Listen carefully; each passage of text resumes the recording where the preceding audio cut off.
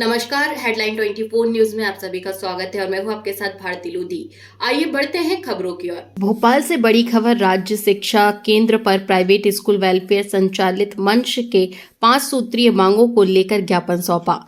CM house की ओर जाने को तैयार थे, लेकिन पुलिस ने उन्हें रोका। प्राइवेट स्कूलों में आ रही समस्याओं को लेकर संपूर्ण मध्य प्रदेश के प्राइवेट स्कूल संचालक पहुंचे भोपाल।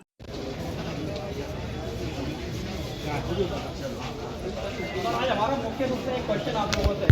हम पिछले 1 साल से कई पॉइंट लिखवा के जाते हैं, क्या एक भी पॉइंट सॉल्व हुआ है? अच्छा वो तो दे ही रहे हैं, लेकिन सर थोड़ा सा वो भी होता है, लोगों को बुलाया सब आ गए।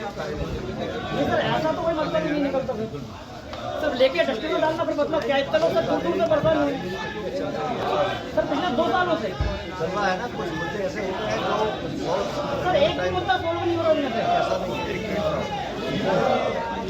अगर एक भी मुद्दे को सोल्व नहीं किया जाता फिर तो कोई मतलब ही नहीं हम लोगों का यहाँ इकट्ठा होने का। नहीं ऐसा नहीं है, कोई मुद्दे सॉल्व नहीं होते, सारे मुद्दे सॉल्व। सर हमने लिखित में लिखवाया है कि महोदय ने जाकर 3 बार कहा क्या मुद्दे लिखवाइए। सर आईटी का पेमेंट नहीं आ रहा हम लोगों को 2-2 3-3 साल का। बोला जाता है मुद्दे सोल्व होंगे, लेकिन कौन सा मुद्दा सोल्व हो रहा है उनमें से?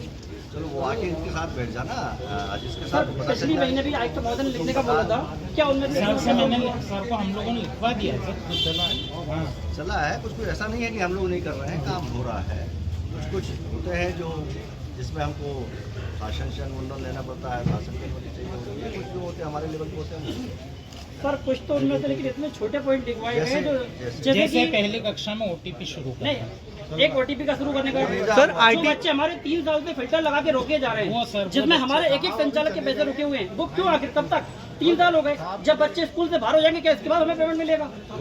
फिर कैसे कम लगेगा? क्या होगा सर उनका? गजट नोटिफिकेशन में सर 31 मार्च लिखा हुआ, गजट नोटिफिकेशन का भी पालन नहीं किया जा रहा। कितनी बार गुना जिले गजट नोटिफिकेशन का पालन नहीं किया जा रहा। तो ये बोल दिया जाता है कि बात कर रहे हैं, आखिर बात कहाँ होगी हमारी? आप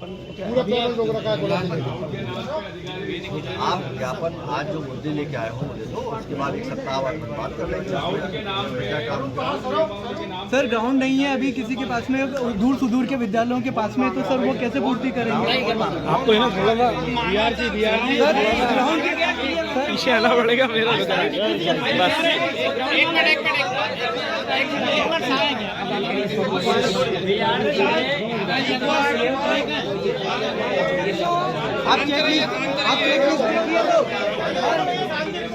फरन लगा रहा हूँ, रिकॉर्डिंग कर रहा हूँ। शांत रहे।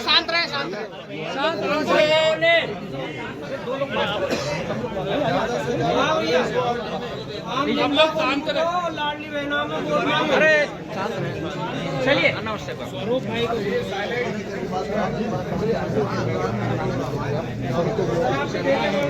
स्वरूप भाई एक मिनट साइलेंट।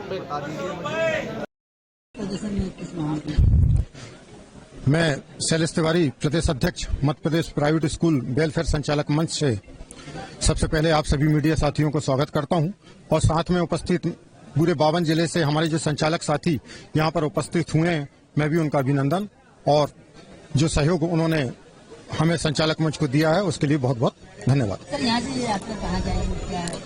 साथियों, रूपरेखा के अनुसार 1 बजे हमको माननीय आयुक्त महोदय जी को ज्ञापन देना था और उसके बाद सीएम सर के यहाँ भी हमें पहुंचकर शांतिपूर्ण तरीके से उपस्थित होना था, लेकिन अभी पुलिस बल के द्वारा हम लोगों के बताया गया कि हम आपको यहाँ से हिलने नहीं देंगे और न किसी भी प्रकार के हम डेलीगेशन से को वहाँ पे पहुँचाएंगे। क्या मांगे हमारी सरकार से सिर्फ वर्तमान में 3 मांगे हैं।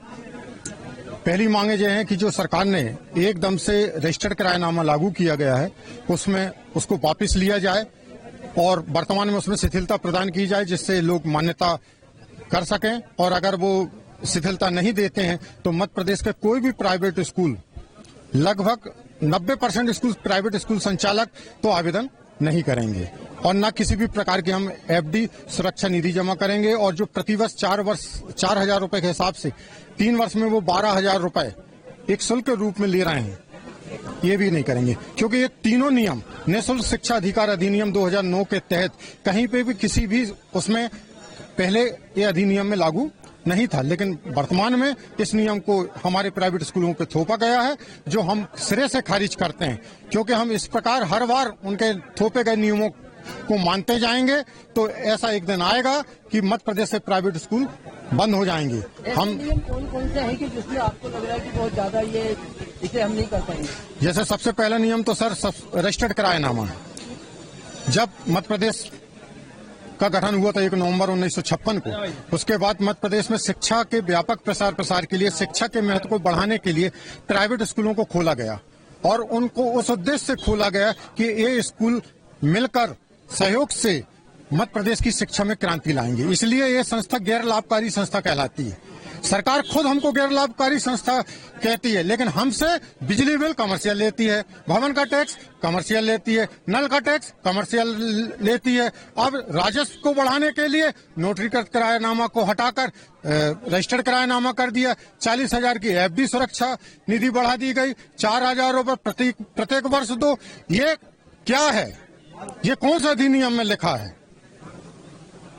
इस बात से हम लोग खंडन करते हैं। और आप अगर चाहें तो मीडिया से आप लोग जुड़े हुए हैं, आप किसी भी प्रदेश में देख लीजिए कि सबसे ज्यादा तानाशाही इस समय मध्य प्रदेश राज्य में चल रही है, बाकी कहीं नहीं चल रही है। और संचालक मंच इसका पुरजोर विरोध करता है।